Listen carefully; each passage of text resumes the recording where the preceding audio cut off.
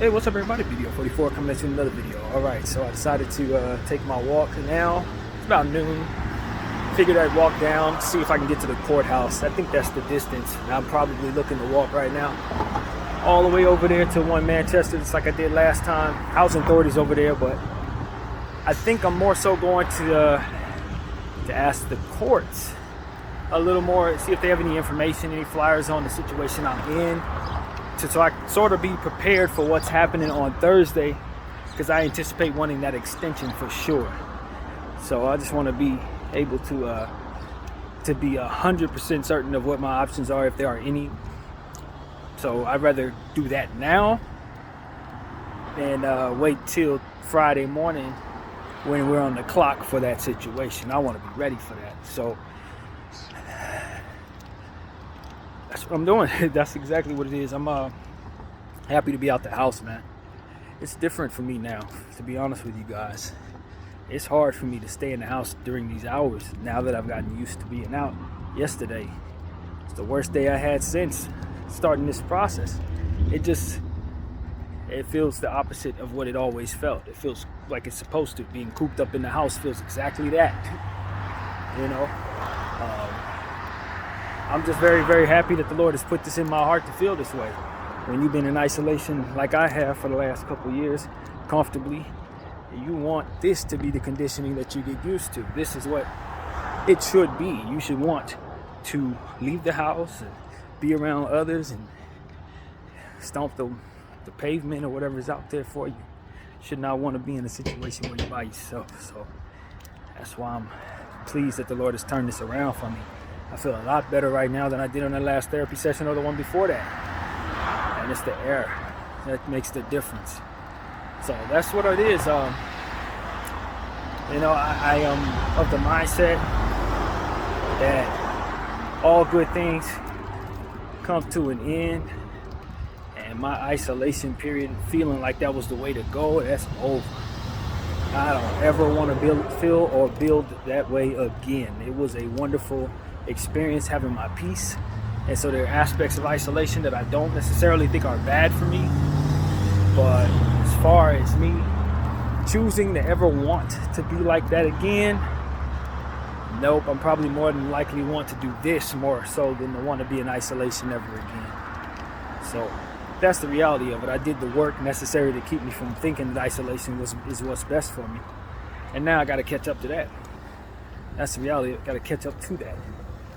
My mind and my body caught up to the fact that I can leave the house and say, yo, I'm BDF 44, as opposed to some dude who just hated doing security. And so that direction needs to lead me in a different direction than what I was anticipating all this time. And I'm looking forward to seeing it do that. I'm looking forward to seeing what the Lord wants to do with all of this here that I've put together. Now that we're in this position to basically be able to claim it as so. So, I'm excited about who I can become, you know, even if I haven't necessarily become that person as of yet. We're getting there. We're getting there. And this morning's frustration, you know, I had a chance to speak with my friend Kay after I finished that pretty frustrated therapy session this morning. And to be honest with you, you know, she reminded me that, you know, I'm not the only person dealing with some of those same feelings. And you know, it's important to keep your energy positive for those that you care about, so that when they call, you're not giving them anything defeatist in nature. That's what it was. I didn't feel that much better to give her better. You know what I mean? And so that's why I had to keep myself up, because you never know who's going to need you to be like, yo, or you know, need you to be okay, so that they can in turn be okay themselves. So that's what I was thinking about. It's like, you know, I can't be just all the way down and out in my circumstances, because I'm too cognizant of how I make others feel with my voice, with my words. Very convincing at times. And even though I live in my own little space in my mental health, it's not meant to destroy the hope of others who may be going through something else. And so that's what I was thinking about this morning as I was talking to my friend there after leaving you guys with that therapy session. But as I always tell you, I'm never going to apologize for leaving negative therapy sessions up there, because that negativity comes out and then it doesn't stay inside of me no more, to which I can't do no damage with it. It has to come out. You know what I mean? So I weigh that against whatever triggering it may provide if I'm not positive. But I think at the end of the day, you just get frustrated. I don't even think I was overly negative. I was telling the truth. It gets to a point where if the Lord's going to bring me into a space of happiness, then of course I want to live that. You know what I mean? If he's going to turn it around and everything going to get better, then yeah, let's look forward. You know, even if it ain't the nicest path to that, I pretty much want a good one. But if it's just going to be more of the same, then I'm not so thrilled about where this is headed. And I'm not going to lie to anybody about that, you know? And I think it's okay to feel that way. I think it's okay to feel that way even if you're in a situation where I want to improve your energy and ask that you keep going. It's okay to feel what you're feeling about your circumstance not being what it needs to be as of yet, or to feel like you don't want to go into any circumstances that make it worse. Because that's exactly how I feel. And that don't mean I'm ready to quit. It just means that it's okay to not feel all that strong. And it's okay to see paths that provide you relief as something to desire. But you just don't want it to turn you into something that can't be useful to the people you want to inspire. And that's exactly what expiring will do. Make it so that you can't be no good to the people that love you. And so that's what I understand. That's why I'm striving for life, not striving for relief from life that isn't so cool, but appealing to the God that I believe in to make the life a lot cooler. And so that's what I hope I was able to convey today in my channel. As I was telling y'all how I was feeling, it had to do with that. It had to do with wanting to see things get better, not necessarily wanting to quit because they're getting worse. And being accepting of the fact that there's a point you have to get past. It's like I told my friend, and I was thinking this last time I was feeling really down, much downer than I felt today. You got to get past that moment. You got to get past that moment that makes you want to quit. You got to get past that moment that you feel your lowest, because once you get past that moment has passed. Now a lot of people may say, well, my agony is returned. My agony never goes away. It's attached to certain things that aren't going to go away, like loss of a loved one, or some type of situation that ultimately is disappointed and never will be restored, however that goes. But I just tell people life is one continuous movement going forward. So if you gotta weigh something against what it is you've been through in order to keep going, you just gotta weigh it against it. Say, yo, charge that to the game, charge that to the circumstance, charge that to making me stronger, charge that to making me a better human, and I can live with that. And so that's what I tell you. Charge it to making you a better human. If it's something that's impossible to get through, then you likely will not get through it. Impossible means just that. You don't have to worry about whether or not it's going to work out. You can't. But that ain't what we're dealing with. I don't think that's what God throws at his people. I don't think that's what God would put in front of us as we try to strive for better. No, he's going to give us exactly what is meant for us. That's either going to make us stronger, make us better, or propel us into a space where we can find more hope from within where we're at. And you may not be able to see that hope right now, but you'll know who you need to know if you can just survive this moment. You know, you'll meet who you need to meet if you can just get past this day where you feel your worst, whether you got so much pressure on your plate that you don't know how you're going to handle it. These are the days that may make you want to quit. And these are the days that you need to be able to walk over like a bridge to get to your best day. And so just like I told my friend, there's going to be days to celebrate. There's going to be ways to celebrate again. We just got to get out of these moments here. We got to be able to survive this. And so that's what I told her. And I'm telling you the same thing. Just keep pushing.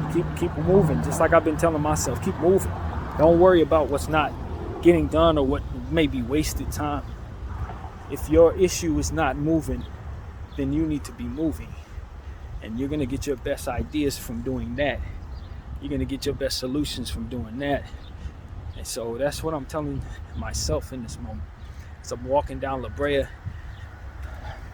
keep moving.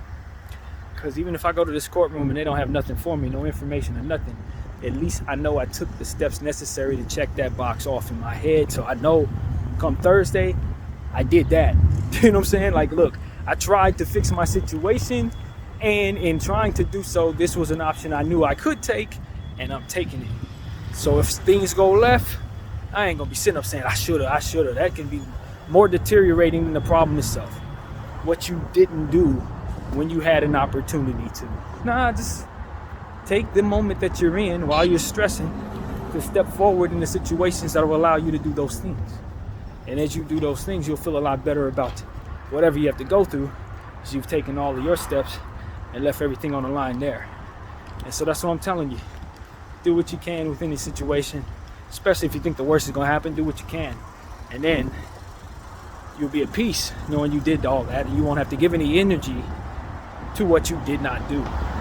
And so that's what I'm telling you. And that's what I'm trying to show you. I'm gonna walk down there, do my thing, till I ask some questions, let my light shine, as my sister said. See if there's any options for me outside of what it is that I'm aware of. Get some clarity if there's any to be found. If not, then just walk around, maybe go back to the housing authority, see if they have some new flyers up maybe, you know what I mean? Since I'm gonna be in the same place, I don't see no harm in just trekking back down there, because that's where everything's at. You know, it's at 1 Manchester. So that's the good thing about going down there. You just get familiar with the places that ultimately will make it so that solutions are found. In this neighborhood, they're all in one complex. So that's what I like about living over here. You ain't got, like in downtown, you have to go to like 3 different places. One over on Wilshire, the housing authority, and then you want to go to the courthouse that's a little further down around the corner. You got to catch a train basically. In Inglewood, they got all that in one building. So that I will give Inglewood all the credit in the world, and I think every single city should have the courthouse, the housing authority, the police station, all of it in one spot. And I promise you, your city will run more smoothly, much more smoothly, especially if you got a big city like LA. You want all that stuff in one 6-block radius. I kid you not. So that's what I'm telling y'all. Get that done in your cities that you're dreaming up. I know there's big dreamers watching me. People want to be fathers of nations. Take that little nugget from me. It make life easier on everybody. These are the things that I believe, man. I don't think I'm talking to just regular people. I think I talk to big dreamers, man. I let the possibility of me talking to the leaders of the next free world be in my mindset. People are going to be raising the people who are leaders of the next free world. That's what I think. Why am I not speaking to the president's father? You know what I'm saying? Why am I not? Why I'm not? Why would I not be speaking to the next great leader's uncle right now? You probably that person. You don't know till you know. You don't know until they show you. We might be raising some of the best. We might be raising some of the most important. You don't know. And that's why I say my energy has to be positive, because even though I only got so many people following me at this point, who knows who they are? Who knows how many people they're going to be affecting with their energy and positivity? Who knows? Only God knows. And because he knows, I just walk down the street and speak into those people the positivity that I have in my heart to give them, and trust that the Lord will let the words out of my mouth reach them in positive ways. And so when I speak negatively, it ain't no different. It's called getting that energy out. You will get that energy out of your soul. You will not have that in you to do any more damage or hold you hostage, to keep control over you, however you want to word that. It ain't gonna be there when you get it out. And the outlet is positive. You know what I mean? I don't feel good about my circumstance, this, that, and the third. I want to see better, but it ain't coming yet. I'm tired, Lord. You got some more energy for me? That's not the type of negative that I think can hurt too many people, man. That's the type of negative that can help people understand that you're relatable to their weariness, to their tired, to what they got to do, the pressures they adhere to. So that's what I want to say, man. We ain't quitting. We're just using the outlets we have to get better. And so that's what it is, man. I want to make it so that other people who are less likely to look for help because of circumstances of rather ignorance or being informed, for that matter, if it keeps you from getting help, I want to show people why it's important that there be a different type of help for people like us.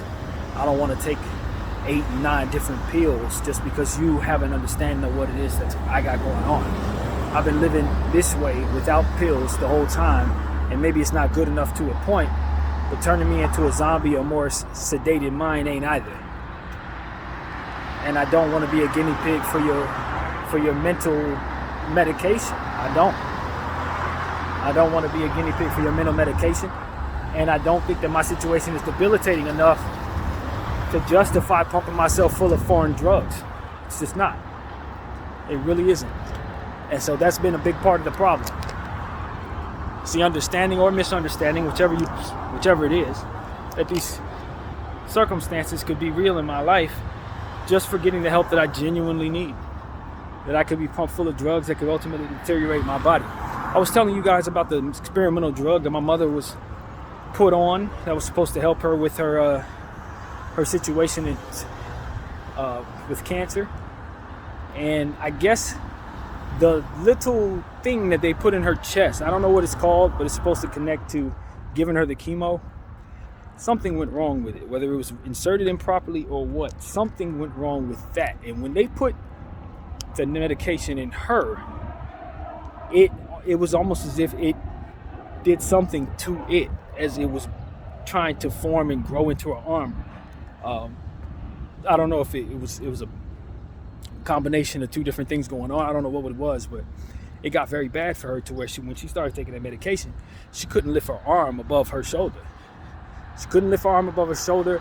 Not only was it excruciatingly painful, but it would actually lock. You know what I mean? So it was like this is a problem she had nothing to do with cancer. It had to do with them giving her some type of drug. So it's like, for me, I don't want no drugs. I don't want nothing for that. If it's going to be experimental, if they don't know what it is and they want to give it to me, or if they are trying it on a bunch of other people that don't have my DNA and they think it's going to work on this unique brain, I'm not so open to that. And based on the skepticism of the times and the people that have been doing this, I just have too much understanding that the pharmaceutical companies have their own agenda, and it ain't about keeping young black men alive. I tell you that. That it is not. So, because I believe this, getting help ain't as simple as talking to a psychiatrist and having them sit me down and talk about my problems. No. When you start talking about psychiatrists, they're talking about pumping you full of drugs because that's the job. And that's another thing. Because I worked in a psychology ward back when I was about 18 years of age, for a good whole summer, I was able to learn the difference between psychology, speak to psychiatrists off the record that I worked with as my co-workers, and they were able to tell me exactly what I was dealing with. Thank you, brother. Appreciate it. Thank you. And they were able to tell me exactly what I was dealing with. And I tell you the truth, man. Try to hurry up and get past him so we can get back to work. You turn that off so we can keep our sound, so I move fast so I can give him that same respect, man. But I want people to understand what I'm saying is I learned too much working at that place to ever let a psychiatrist pump me full of drugs, fam. I had those same anxieties then. I was able to assess all of this then because I thought I wanted to become a psychiatrist or a psychologist. And every psychiatrist that I sat down with essentially told me that wasn't the job for me, based on the fact that they hated the job themselves and it wore too much on their spirit to do the job itself. And then you read, see, my job was to file old psychology records. So I would read people's trauma. I would read people's the reports on the psychology reports, what the doctors were writing down when they talked. I was able to read a lot of that stuff from old cases that were not no longer active. People from like the 80s and 70s, 90s, stuff like that was past that point. I think this is like the year 2002 or something like that. So, to be honest with you, all of that kind of deterred my interest in getting the help available. Not to say that I didn't believe I needed it, I just didn't trust what they had available. It's God's honest truth. As I start to learn about mental health and stuff like that, that's when my mental health understanding became real. Before that, people weren't really talking about mental health around me and all that. But once I started working at that psychology ward, then I started understanding that half the battle for psychiatrists is to keep their business with those pharmaceuticals positive. They want to keep those businesses positive. They want to make sure they pump their drugs, get it in as many people as possible, prove that stuff works, hike up the prices as much as necessary, and all the various different business circumstances surrounding medication in you. They want to fuse medication and human bodies as much as humanly possible. And I'm telling you, I don't want it. I don't respect it for myself. I don't expect it will help me. I don't expect it will make my life any better, make it so that I want to do anything at all. You know, I honestly don't. Very much close to medication. Can't be living 38 years without it, and then you try to push it up on me like I've always needed it all my life. Believe me, not the medication they're offering, not what I see what they do to people. No. And so that's my thing. It's like, if that's the only way is to prove my circumstance, it's by letting them basically use me as a guinea pig for drugs. I'm sorry, ladies and gentlemen, but I'm gonna have to find another way. I'm gonna have to find another way. Not to say that that's not the right for you. Maybe you do need those drugs. Maybe it goes with your head. Maybe that's for your DNA, so to speak. But for who I am, my mom's body reacted poorly to medication. My father, I'm not certain, but I do not think that I'm supposed to be pumped up full of drugs like that. No, thank you. I do not believe that's meant for me. And the circumstances that come with it, I do not welcome. If I could talk to somebody about what I got going on, get some clarity as to what it is I'm dealing with, that's all I'm open to. I ain't open to nothing else 2023 people got from me. And that's the thing.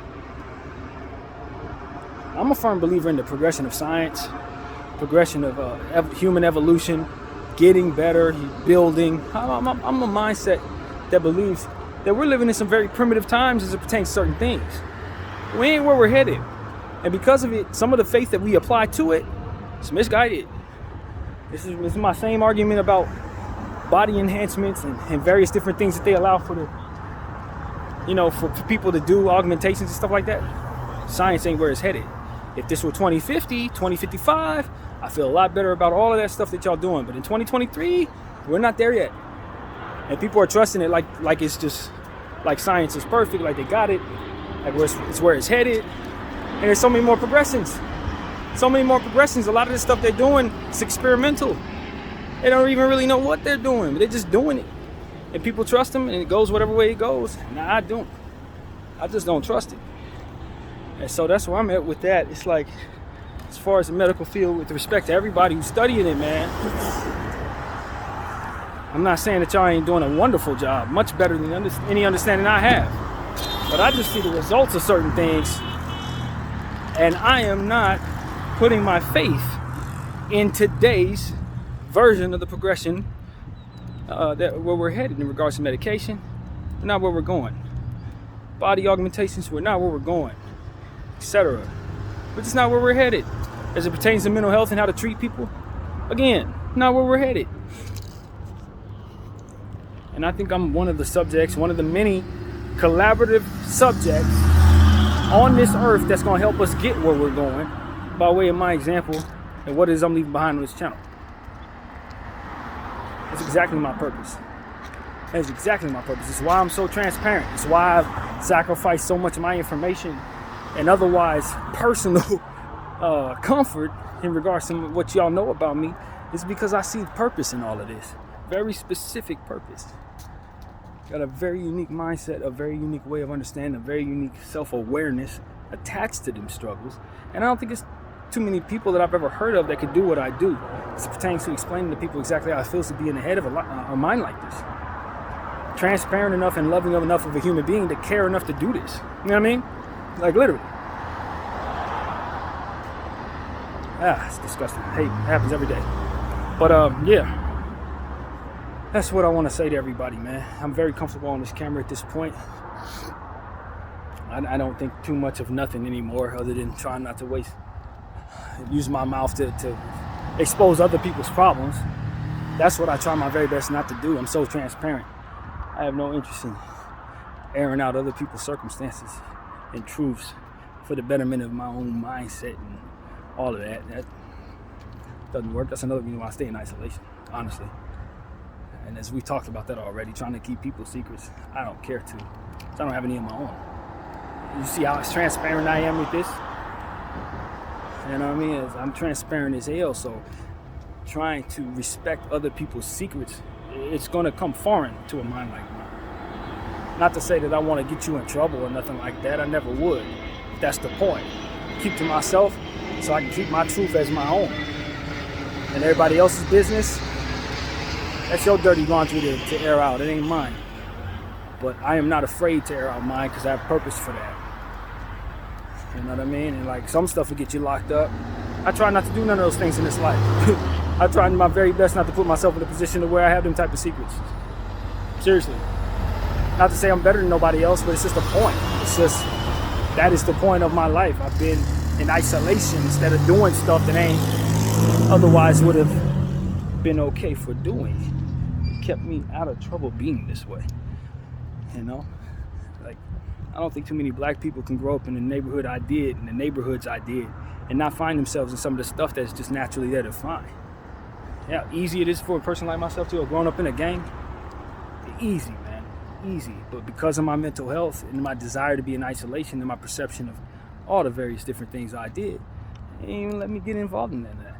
I ain't stayed away, didn't have those influences forced upon myself for the walk that I was in. Parents and family weren't involved in certain things that would otherwise force me to be a different person. And I just stayed who I was the whole time, on the outskirts of all of this, nestled safely in my own comfort zone. Kept me alive, kept me very alive. While other people were dying, God's honest truth. You know what I mean? Where other people were getting ate up by the drugs, ate up by all these other different things that this city will provide you just by naturally being a black male in the years I've been alive. It's been a damn miracle that I had the mental illness that I had, and the family and the structure that my mother put forth in our household that would keep me from otherwise finding myself in those circumstances. Very blessed. Very blessed. And so that's what I want to tell people. I'm blessed, man. I'm not worried about nothing in regards to myself as it pertains to my mental illness being a deterrent to the rest of my life, because it's kept me alive. It's literally kept me alive. It's kept me from turning into something I don't recognize in every which way, I guess you could say. So as I deal with it later on in life, I just realized if I didn't have it, I probably wouldn't have got this far in the first damn place. It's true. I don't give much credence to that very often, but I give it to it now. If I didn't have any mental illness, I'd probably be riding around, spinning block, doing all kinds of ignorant stuff. All kinds of ignorant stuff, honestly. Just from the strength of being able to out here. It's so easy to do it. So easy to get caught up in trying to get caught up in people's cultures and how to best do what they do. And I don't know why that would even be good for me, to be honest with you. None of that shit is good for me. So that's just how I look at it. You know? Try my best to stay as positive as possible and just keep taking on the consequences of not being positive sometimes, even when I do. But God has a plan for that, so I just keep pushing forward, even when positivity ain't the easiest thing to find. I get closer to the Lord, and that's what He was telling me. Get closer, get closer. That's what was coming to me this morning when I was feeling what I was feeling. Get closer. Don't allow your frustrations to bring you further away from God. Get closer to Him. Don't let your pains and your sadness and your sufferings pull you away from God. Get closer to Him. And that's just what kept coming to me over and over again as I was thinking about what it is I was feeling. Just get closer. If you get closer to God, He'll be able to help you through this process, this particular aspect of your process. Not necessarily, keeping you in the same loop that you always been in with sadness. You're going to come out of that because you get closer. So everybody get as close to God as you can when you're feeling this down as it gets sometimes. Because the enemy will use your grief against you. So I was telling my buddy Kay this morning, your grief is a line you could cross when you're dealing with grief, particularly people passing. There's a line where you're missing them and it's agony. But you got to be careful not to cross over that threshold between allowing yourself to feel what comes naturally to you and allowing the enemy to beat you up with those feelings. When you can cross over that line, it stops being about missing that person. It just starts being about the agony itself. And then from there, you don't even want to survive it. You don't even want to be a part of it. That's not healthy healing in regards to your loved one. And while it's not on you necessarily to be on top of all that when you're grieving, it is just something to be aware of as you are. Know the difference between when you've crossed over that line where you're still trying to deal and grasp and heal versus when your inner demons are trying to get you to suffer. And letting that bereavement be something that ultimately is the key to torturing you in that bereavement. Don't let it happen, because I know the difference. I've been there enough times now to know. You end up being sad about mama passing away, and you start thinking about you want to join her. That's when you've crossed over into a space where you no longer are feeling what is best in regards to having missed the person that you love. Because the person that you love, the last thing they want you to do is destroy yourself over the grief of losing them. You would never agree to that if the shoe was on the other foot. And they would never agree to that in regards to yourself. If they truly are the person that you love and you believe them to be, they would never agree to that. And if they would agree to that, then they probably weren't who you loved and think that they were. I tell you, either way, you don't need to be destroying yourself over grief. Know where that line is and let God meet you on that line. When I've reached my hardest hitting, crying moment over grief, then it's about turning upwards and getting that process of being okay going again. I don't want to live in grief just to be grieving, and I certainly don't want my self-destructive demons to attack me over somebody's passing. Making it about something that it isn't supposed to be about. You know what I mean? And that's something that we have to try to overcome without the strength or the rail to hold on to, so to speak, that is our natural sanity. You got to be able to find that within that grief process. And a lot of times it can get so cloudy when you're missing your loved one and they ain't coming back that you don't have that rail, so to speak, to say any of this is damn even matters. You know what I mean? Who cares if the enemy's attacking me? Just all you care about is your loved one being lost. But what you come to understand is the only thing that you really need to be doing is preserving the life that they leave you with. Your loved one left, you want to preserve that life. You want to honor them in positive ways so that you can turn to somebody else who will otherwise miss you and give them what it is that's there while you're here.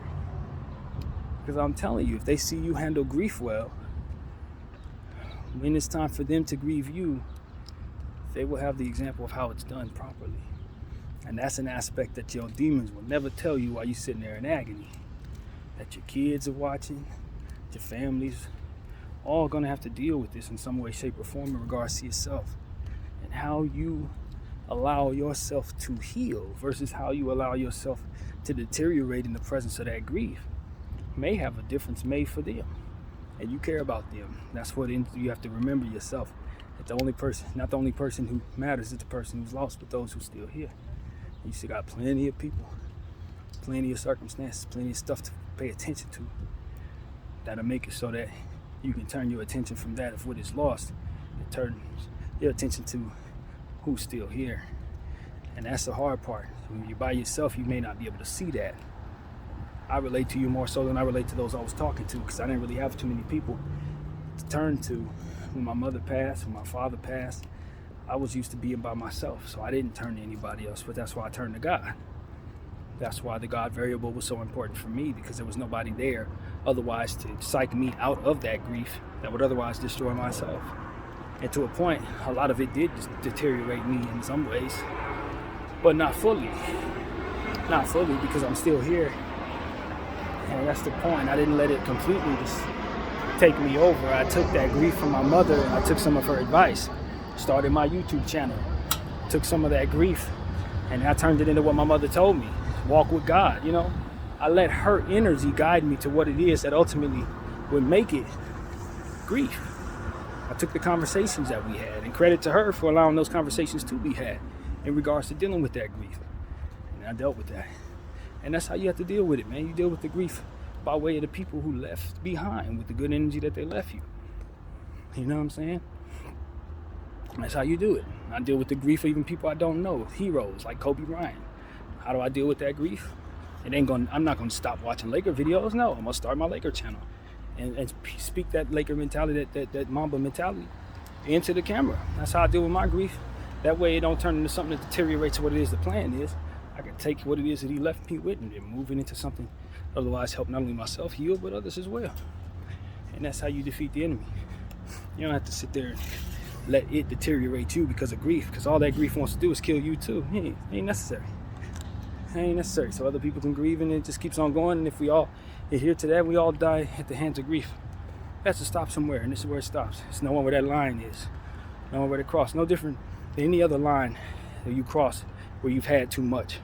You know, when they say, you know, if you eat too much anything is bad for you, you could, you know, when you drink, for example, you may be able to drink a little bit, but once you cross over a certain threshold, maybe you had too much. Same thing with grief, believe it or not. Same thing. You don't allow it to take over too much to where you don't have no way out, no way else.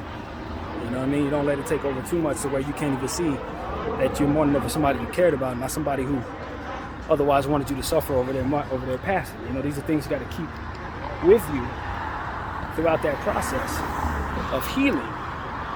You know what I mean? So that you don't psych yourself out and then ultimately not have that ability to save yourself from the grief you're in. So that's what I want to help people understand. I dealt with that grief. I was talking to my buddy, same friend, and we were talking about how she had been aware of people who had lost multiple people. I'm one of them. You know, when you lose multiple people in one flurry, yeah, man, I've been there. I lost my mom and my dad in a matter of 9 months. You know what I mean? Felt thankful that they just gave me 9 months from which to heal, man. I was thankful that it took that long because it could have been even worse. I know of people who lose people in a matter of months, a matter of circumstances that are no good. You know, as it pertains to giving me a breather, just give me a second to deal with what just happened to that person for that person. You know what I mean? They don't get that. And so my 9 months, I was thankful that I had 9 months. 9 months is almost it's an exact whole baby term, you know what I mean? It allowed me to have a whole baby term to deal with my mother's passing before Pop's passed, you know what I mean? And so you gotta look at it like that, unfortunately. You gotta look at it like that, because if you don't, you just feel like you got hit, boom, boom, boom, boom. You know what I'm saying? And even though my relationship with my mother and my father were very different, it's like, nah, it still hit the same, because at the end of the day, I knew him well enough to be sad about it. And I was, recovering from mom's situation. So it's like, anything like that, just here we go to another funeral, that kind of thing. It's like, it gets to you. Especially when you're still people in there, it's your family, your parents, you know. So I felt that heavy. And I know that others who are going through it, some of y'all may have lost somebody recently. My purpose is to try to help you understand that, you know, we get to a point where we don't realize that we do have some defenses against that grief. It may not be nothing that works all that well, you know what I'm saying, but we have defenses, and we know of a such thing to where grief starts to attack us in some ungodly ways. And it no longer becomes grief, it becomes no different than any other thing that you may use to destroy yourself. You know what I mean? By way of your own energy, by way of your own thoughts. And so the most important thing I want everybody here to understand is that you have some control over how much you allow grief to do to you. And if you remember that you have loved ones, people that genuinely didn't want you to suffer over them, then you understand that you got all you need to pull you through that, and you ain't got to. So that's what I'm here to say, man. I think I'm pretty damn close to that place. Ain't no cars coming, but I'll wait the light out just in case. But just want to let everybody know what I'm thinking in that regard, man. Grief don't have to be taking you to places that you can't do nothing with, having you so far gone that you don't even know how to say your own name or tie your shoes. No, you just got to take the energy of the people that you've loved and allow them to propel you through those good times that you had with them, to remember what it is that your purpose is, especially if it's a young one. I know it's hard for people they lose their kids, the young ones, but remember, that baby was there to give life and love. That baby, that young child was there to give life and love. If you allow that that absence of that love to take away the light that was otherwise in you that allowed you to enjoy that light in the beginning, then grief has won its battle in destroying what is light in you. And that is not what that baby's purpose was. That's not what that child's purpose was. And I want people to understand that. Because God will give us circumstances like that, give us beautiful things to take them away. And it don't be to destroy us. It don't be, sometimes it don't have nothing to do with us. You know what I'm saying? Sometimes it ain't got nothing to do with our path as it pertains to teaching us a lesson or anything. It's about them. It's about God's need for their spirit when He's ready for them. And so that's what I want to encourage everybody to be okay with. God is going to do whatever it is He chooses. And sometimes the only thing we can do is accept it. But don't take that acceptance to mean that you're supposed to destroy yourself over that acceptance. There's a defense against that. You will find it. And that defense is found in the love that they left with you with. So that's what I want to tell everybody. It gets hard. I'm not sitting there acting like I've lost a child so I can speak to that. But I've lost enough to know that the prayers I prayed helped me help somebody else who's going through some things I don't know nothing about. And what it is I've said will apply to you. And you had good moments with the people you loved. Let them guide you to the good moments that are going to help you through these processes. You know what I mean? That's what I do. I had a bubbly mother that loved me, had good energy for me at all times. Even when she was not so happy, she wouldn't take it out on me, that kind of thing. I'm fortunate enough to be able to say, because I love somebody like that, and then they're gone, now I got guardian angels watching over me. So when I go through difficult times, I ain't crumbling. I know I got people above me that are looking for me to be successful, that want to see me do well. And so because of that, I don't find myself in hell with memory, bringing forth their memory. I find myself in a place where I can find peace drawn from my mother's memory. I can draw peace from my auntie's memory. You know what I mean? People that have passed. I draw peace from them. Not to say that I'm pleased with them gone, of course not. But they left me plenty other than alone. You feel me? They left me plenty other than alone. So I just want people to feel that from their loved one as well. Feel that from whoever's been departed, because the good thing about keeping good energy is the notion, if not the promise, that we'll reunite with them someday because of that. Because of that. Because we put ourselves in a position to love them the way that we do, we will find ourselves in a very advantageous position as it pertains to healing from them too. And that's what it is. That's there for you. That's the gem. You don't have to succumb to that grief. It doesn't have to be there all the time. You know what I mean? That grief, it hurts, but it doesn't harm unless we allow it to get out of control from within what it is that we can control, which is our prayers, our intentions toward a higher power that can help us. And however you view that, I would hope that you be open to that, because it is the type of supernatural, so to speak, type of thing that can help you embrace the impossibilities of the things that are hard for us to accept. You know, it makes it so much more easy to know for a fact that because you have a higher power, maybe He can reunite you, if for not His choice to do so. You know what I mean? With your loved one. So I roll with that. I roll with that heavily. So long as I continue to try to be a good person, quote unquote, when it's time for me to go home, I get to see all the people, including my mom, all the people that I'm going to be agonizing over in regards to my grief, you know, however that plays out. They don't have to live without me forever, just like I don't have to live without them forever. But if I mess up on my energy, if I get myself thrown into a place they are not afterwards, then guess who I'm not going to be able to see? So that's my motivation for trying to overcome these energies. Don't let grief turn you into what is otherwise somebody who can't reunite with your family. Because believe you me, that grief, if you let it go too far, you cross over that line, guess what you can potentially turn into because of it? Just like any other inner demon, it'll turn you into just that, a demon. And you will not necessarily get the energy back that you should otherwise have. Energy that you should otherwise keep. For having someone so special in your life and had to have loved them and gotten a chance to know them before they went home. You know, that type of love should be reunited with you. You should not be psyched out of that by way of your own sins that come from your own pain. That ain't what that Most High wants for you, and that's why He put it in my heart to say these things. So believe in what is greater than yourself and allow Him to provide you the process of help through the grief that is only going to come from losing wonderful human beings and missing them as hard as you do. It's that love for yourself through this grief that's going to be what gets you through it and ultimately reunites them with those people, I believe. Reunites you with those loved ones, is what I'm trying to say. So I'm in front of the courthouse. I made it here. You got me here. You know what I'm saying? You and God got me here.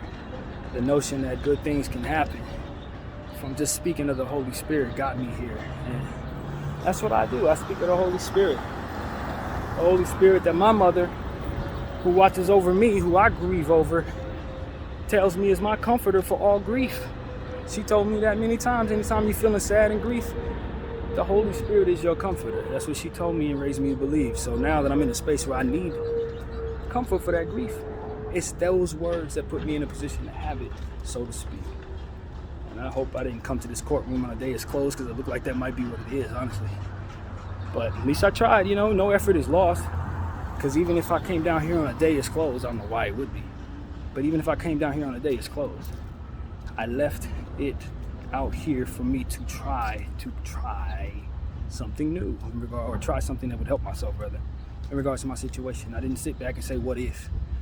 What if I go down there and it's locked? Then you run into what we're seeing right now, because that's exactly what it is. But I came. And because I came, I put myself in a position to say the words that you guys needed to hear. And it wasn't a waste of time, because I was planning on walking this far any damn way. Honestly, I was planning on walking this far, even if I would go in any direction. So, as far as me being upset at the fact that this courthouse is closed, nope, not at all. I just wanted to make sure I left this option on the table for myself. I actually don't feel like walking in there at all. But that's the point. I was going to do what it is I didn't want to do in the name of faith, whether it was going to work out or not, in Jesus' name. And it didn't work out.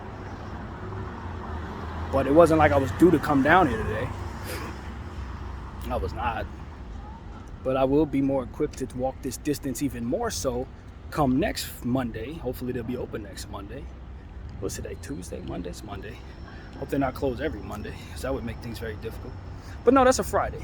Yeah, they're coming on Thursday, so that'll be a Friday. But the point is, I will have that much more strength and direction in coming down here without no Uber, for which I strangle-held myself to the first several times I needed to come down here. Well, I don't have the Uber money, I can't come. Here I am in front of it. Didn't take nothing to get here. Very peaceful walk. Happy to walk that distance again to get home, no problem. You know what I mean? And so that's what I want to tell people, man. Grief ain't stopped me, and it never went away. I would love to tell y'all, grief goes away. It may, if you feel it. With something new to love, maybe. I don't know if it works that way. But I know I didn't, and so it never got filled. Can't replace mom, but I've seen people grow healthy from having something new to love. That's what my cousin Christopher did for my family. He was born, and that helped us heal from the passing of our little cousin, Andrew.